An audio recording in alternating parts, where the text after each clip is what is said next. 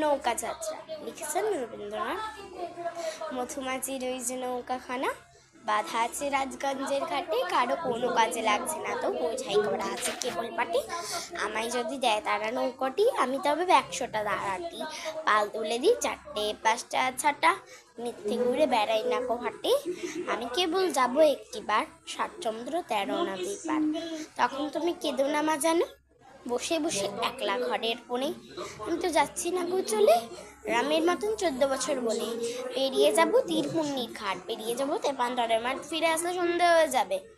গল্প বলবো তোমার কোলে এসে, আমি কেবল যাব একটিবার 7 সমুদ্র 13 নদীর পার। নমস্কার।